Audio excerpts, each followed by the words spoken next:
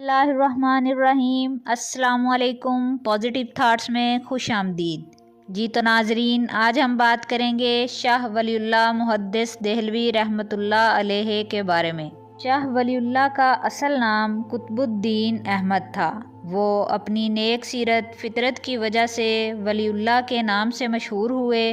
شاہ ولی اللہ کے والد کا نام شاہ عبد الرحیم تھا۔ شاہ ولی اللہ 21 فروری 1703 عیسوی کو دہلی میں پیدا ہوئے۔ شاہ ولی اللہ نے اپنی ابتدائی تعلیم اپنے والد سے حاصل کی۔ 15 سال کی عمر میں وہ قرآن، حدیث اور فقہ کی مکمل تعلیم حاصل کر چکے تھے۔ 1719 میں جب ان کے والد کا انتقال ہوا تو شاہ ولی اللہ نے مدرسہ رحیمیہ کی تمام ذمہ داریاں اپنے سر لے لیں۔ 1730 میں شاہ ولی اللہ اعلیٰ تعلیم کے لیے اور حج کی غرض سے مکہ مکرمہ کے سفر کے لیے روانہ ہوئے۔ آپ کو عربی اور فارسی زبان میں مکمل عبور حاصل تھا۔ سعودی عرب سے واپسی کے بعد شاہ ولی اللہ نے دہلی میں اپنی علمی اور صوفیانہ سرگرمیوں کا آغاز کیا۔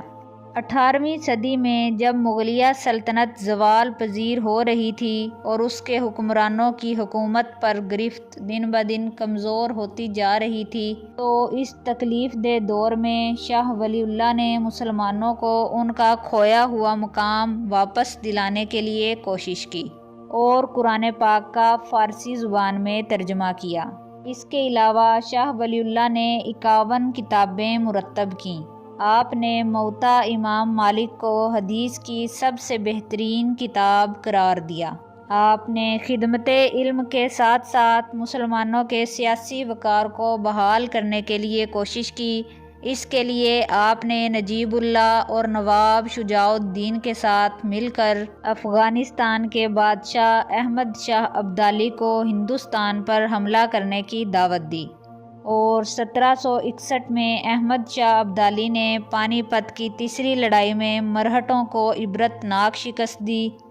اسی طرح عارضی طور پر مرہٹوں کا زور ٹوٹ گیا اور مسلمانوں کی حکومت کو استحکام نصیب ہوا۔ شاہ ولی اللہ 1762 میں 59 سال کی عمر میں اللہ کو پیارے ہو گئے۔